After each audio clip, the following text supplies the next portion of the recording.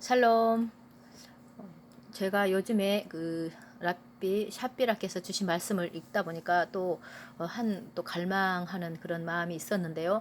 하나님의 음성을 마지막 때 우리가 들어야 되고 친밀한 관계가 되어야 되고 이런 부분을 알고 있는데 이 말씀을 접하면서 정말 모델적인 귀한 그런 것이구나. 건강하게 하나님의 말씀을 분별해서 들을 수 있는 자, 어떠한 사람이 들을 수 있을까 봤을 때 모세가 세미한 음성을 들었잖아요. 모세가 어떤 사람, 어떻게 해서 같은 성정을 가진 인간으로서 들을 수 있는 사람이 되었는가. 분명히 똑같이 하나님이 지으셨는데, 그래서 우리가 음성을 듣는다는 분이 많이 계시지만 건강하게 음성을 들을 수 있는 자가 되기를 원하면서 이 부분을 붙잡으시기를 바랍니다. 그리고 꼭 음성을 듣는 그런 분들로까지 되어지기 바라고, 한 반발자국이라도 내딛는 자들에게 하나님이 정말 상이 있다고 하셨고 또 거룩하게 하나님께서 하신다고 하셨기 때문에 이 말씀도 좀 그렇게 배웠으면 좋겠습니다. 이게 레위기 토라 포션 중에서 나온 말씀인데요. 그 레위기의 바이크라, 처음부터 끝까지 바이크라라는 내용이랍니다. 그게 그가 부르셨다. 이것이 존귀한 자라는 그런 존귀하다라는 문자 그대로의 뜻이 있답니다. 이것은 지금 모세에게 하는 것이기 때문에 모세에게 존귀한 자라고 부르신다는 것입니다. 지금 하나님께서 부르셨을 때는 자비로우신 분, 또 친구로서의 하나님, 인격적인 관계로서의 하나님으로 다가오셨다는 것이고, 여기에서 모세에게 그에게라고 하는 말이 있는데 그 말씀에서 왜 히브리어로 보면은 엘라브에게라고 나와 있답니다. 왜 그런가 하면 엘라브라는 그 단어가 다른 어떤 것들을 배타하는 그런 배타성을 가진 단어라는 것입니다. 배제하게 된다는 것이죠. 다른 것들은. 그래서 모세에게만 다른 사람 제외한다는 그런 뜻이 있다는 것입니다. 그래서 다른 사람을 못 들었다는 것이죠. 모세만 들을 수 있는 조용한 음성이라는 거죠. 그래서 같은 장면을 민수기에서도 볼 수 있는데 여기서 지금 회막에서 여호와께 이렇게 말을 나갔을 때입니다. 증거의 위, 속죄소 위의 두 그룹 사이에서 자기에게 말씀하시는 목소리를 들었으니 여호와께서 그에게 말씀하심이었더라. 지금 이 두 구절의 말씀이 카메라 한 대로 하나를 촬영하는 것과 같은 그 말씀이라고 하시는데, 이게 지금 무슨 말씀인가 하면은 하나님이 음성을 들려주실 때에 지금 여기는 그냥 회막이 아니라 그 카포레트라는 곳, 지성소 속죄소에서 들었다는 것입니다. 거룩한 곳. 그렇다면 너 이리 와봐 하는 이런 차원이 아니라 거룩한 곳에서 모세에게 특별히 들려주시는 그런 음성이라는 거죠. 지금 여기에서 샤피라 라비님과 인도 목사님이 대화하는 장면들이 있는 거예요. 그래서 인도 목사님이 하나님의 자비와 은혜와 사랑을 보여주고 싶으셔서 부르신 것이다. 세미한 음성으로 그렇게 부르신 것이라고 이제 이야기를 하면서, 모세는 그 세미한 음성을 듣고서 반응을 했다는 것인데, 그동안 모세가 얼마나 하나님께 집중하고 있었는지를 보여주는 장면이라는 겁니다. 그렇다면 왜 모세는 이렇게 세미한 음성을 들을 수 있었을까? 모세의 어떤 특별한 면이 이런 하나님의 세미한 음성을 들을 수 있을까 하는 말씀을 이제 나누어 주십니다. 다른 사람은 못 들었다는 거죠. 그래서 이제 인도 목사님이 말씀하시기를, 매일 하나님과 인격적으로 소통을 하고 있었고 주님의 얼굴을 보려고 매일 시간을 들였다. 그렇기 때문에 반응하는 거 아니냐 이 말씀하시는 거죠. 여기에서 샤피레님이 한 말씀 하십니다. 많은 사람들이 이스라엘과 유대 민족에 대한 계시를 받고 유대 절기 등 지키며 대단하게 메시아닉 체제를 갖추지만 이런 것들보다 주님의 음성을 들을 수 있는 역량이 더 중요하지 않을까요? 주님의 작은 음성을 들을 수 있는 역량이요. 이렇게 말합니다. 그랬더니 인도 목사님이 하나님의 음성을 모두가 듣고 인격적 관계를 가져야 한다고 생각합니다. 그러고 나서 절기나 다른 것을 지키는 거죠. 그래야 의미가 있죠. 관계가 없다면 모든 게 무의미한 거죠. 그랬더니 맞다고 말씀하시네요. 그러면서 문제는 그 관계를 어떻게 만드는가입니다. 음성을 듣는 그 친밀함의 관계. 그리고 여기에서 이제 두 사람을 이제 비교로 하면서 말씀해 주시는데, 우리가 발람 거짓 선지자 알죠? 그에게도 하나님이 임하셨다는 겁니다. 임하시는지라. 그런데 발람에게 임하셨다라고 하는 것은 바이카르랍니다. 바이크라가 아니고, 그래서 모세를 불렀을 때는 바이크라 하면서 그러면 두 사람과의 다른 점, 어떤 점이 다른가를 볼 수 있다는 것인데, 지금 발람은 존귀한 사람이 아니었죠. 히브리어 성경으로 보면 바이크라, 아까 그 존귀하다 모세에게, 그 글씨에는 특별한 글자가 속에 들어있답니다. 히브리어는 좀 독특한 글씨라고 이제 말씀드렸었죠. 거기에 알파벳 첫 글자 알레프가 들어있다는 것입니다. 그 단어 속에. 그래서 알레프는 아주 작은, 그러니까 알레프 중에서도 아주 작은 글씨가 들어있는데, 이것은 지금 모세와 발람의 차이가 있는데, 모세를 불렀을 때는 이 작은 알레프가 들어있다는 것이 다르다는 것이면서, 하나님의 음성을 들으려면 이 작은 알레프로부터 시작해야 된다라고 랍비들은 말씀을 하고 있어요. 근데 알레프라는 뜻이 황소라는 뜻도 있기도 하고, 또 뭐 리더, 하나님, 뭐 이런 어떤 뜻이 있어요. 그런데 온유하고 겸손한 것을 의미한다는 것입니다. 이 작은 알레프는 이게 들어 있었다는 거예요. 모세는 가장 온유하고 겸손한 사람이었는데, 그는 그 위대한 선지자였다고 하는데 또 가장 온유한 사람이었다고 하죠. 그렇다면 우리는 교만하지 말라고 계속 배우는데 온유와 겸손하지 못한 것인데, 이것에 대한 것이 무엇인지는 모른다는 거예요. 겸손과 온유가 무엇인지 모르고 늘 배운다는 거죠. 그렇게 해야 된다고. 그런데 이제 모세가 어떤 사람이었는가? 스스로 가장 낮은 자로 알려지기를 원했다는 것이고, 여기에 대해서 예수님께서 말씀하시기를, 마태복음 미드라시를 들려줍니다. 우리가 이것도 좀 생각해 볼 필요가 있어요. 미드라시와 탈무드를 신약에 많이 인용하셨답니다. 예수님도 그렇고 다른 제자들도. 그래서 원누멘 성경 보면 그거 다 이렇게 체크가 되어 있잖아요. 이건 미드라시, 이건 탈무드. 그런데 미드라시와 탈무드를 인정하지 않으면 신약에서 해석하기 어려운 부분이 많아서, 그래서 그렇게 잘못 우리가 어떤 것인지 확실하게 붙잡을 수 없는 이런 구절들이 있다는 것이죠. 이와 같이 나중된 자로서 먼저 되고 먼저 된 자로서 나중되리라. 이 말씀을 예수님이 미드라시로 들려주셨다는 겁니다. 이것이 바로 하나님의 음성을 듣기 위한 중요한 덕목이라는 것입니다.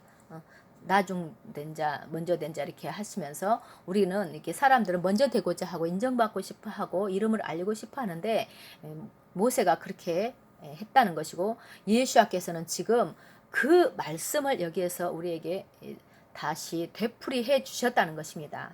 인용해 주셨다는 거죠. 그래서 레위기 1장 1절 그 바이크라 이렇게 그렇게 말씀하신 부분을 여기 신약에서 미드라시로 해주신 것이다 라는 것을 지적해 주고 있습니다.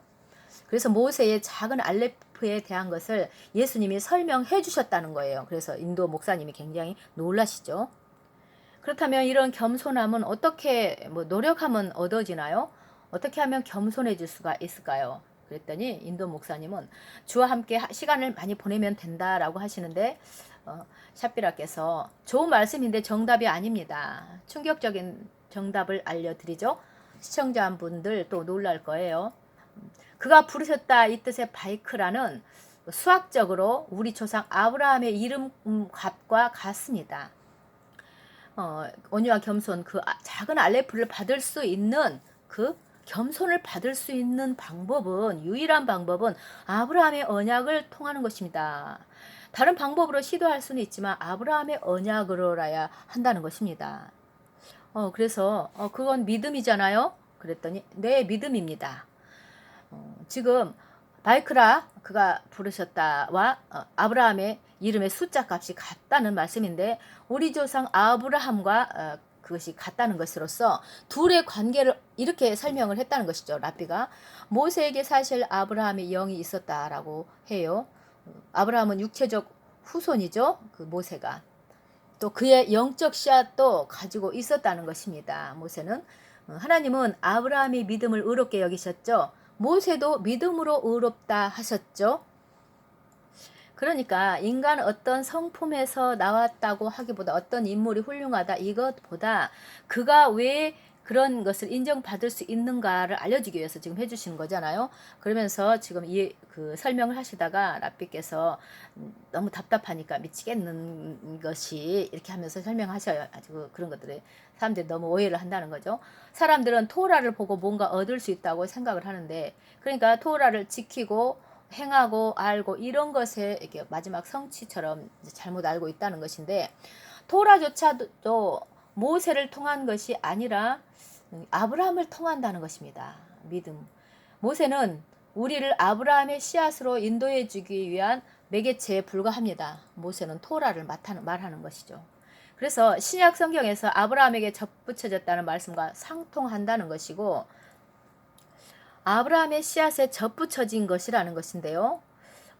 온유, 겸손, 온유는 은혜의 선물로 시작된다라는 것입니다. 하나님께서 주신다는 거죠. 아브라함이 믿음을 가졌을 때.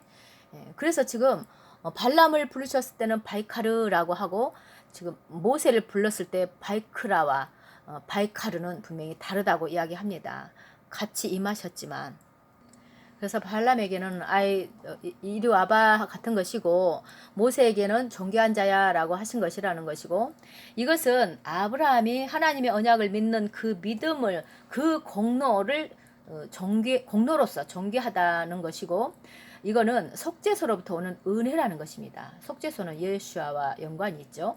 그래서 사실 모든 자비는 아브라함을 통해서 오는데, 그 자비는 아브라함을 통해서 임하기도 한다는 것이고, 그가 없었다면 레위기도 없었고, 또 토라의 본질적인 것은 우리를 다시 아브라함에게 인도해주는 통로다. 그러니까 모세는 토라를 말하는 것인데, 모세 토라 이것을 통해서 하나님을 알고 깊이 알고 믿음이 성장하고 성숙하고 하나님을 알아가면서 결국은 아브라함에게 언약한 그 믿음을 붙잡고 하나님의 그 예수아를 통한 은혜를, 언약을 깨닫고 그것을 믿는 믿음으로써 완성이 된다는 것이지, 토라를 알고 지키고서가 아니라는 것을 이제 말씀해 주시는 것이죠. 그래서 결국은 하나님의 자비와 은혜다. 그것을 아는 자가 온유하고 겸손하다, 이런 말씀이죠. 그래서 아브라함과 같은 믿음으로 연결을 해준다는 것입니다. 토라는 중요한 그 매개체 역할을 한다는 거죠. 그래서 토라와 말씀을 모르고서는 하나님의 그 깊으신 계획을 모르니까 우리가 어떻게 한꺼번에 아브라함의 믿음을 소유하고 싶다고 가질 수 있는 게 아니잖아요. 그래서 토라 말씀이 필요하죠. 그렇지만 결국은 아브라함의 믿음으로 간다.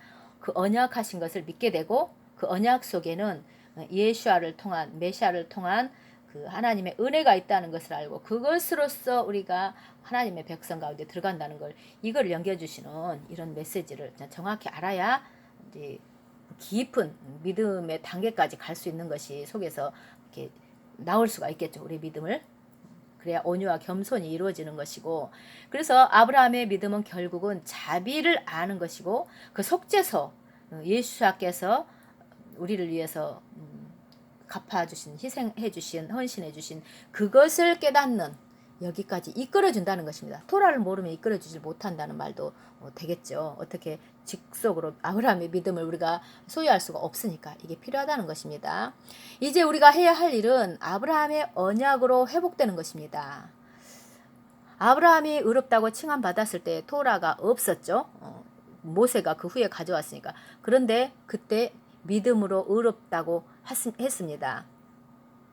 어떻게 그렇게 할 수 있었는가? 모든 언약의 뿌리, 언약이신 하나님께서 아브라함의 언약을 시작하신 것이기 때문에, 그때 당시에 아브라함이 그 토라, 아직 모세 오경이 오지 않았지만 하나님의 말씀 가운데서 그분을 알고 그분을 신뢰하고 언약을 믿고 하는 그 믿음으로 이제 믿음의 조상이 된 거죠. 토라가 오지 않았지만. 그렇지만 그 후에 토라를 주시면서 백성들에게 교육을 시켜서 하나님을 믿는 믿음으로까지 끌어내신 거죠. 그래서 우리가 스스로를 낮춘다면 하나님은 우리를 구해주시고 부활시켜 주실 것이고, 정말 중요한 것은 우리를 모두 변화시켜 주신다는 것입니다. 모세와 같이요. 얼마나 중요합니까?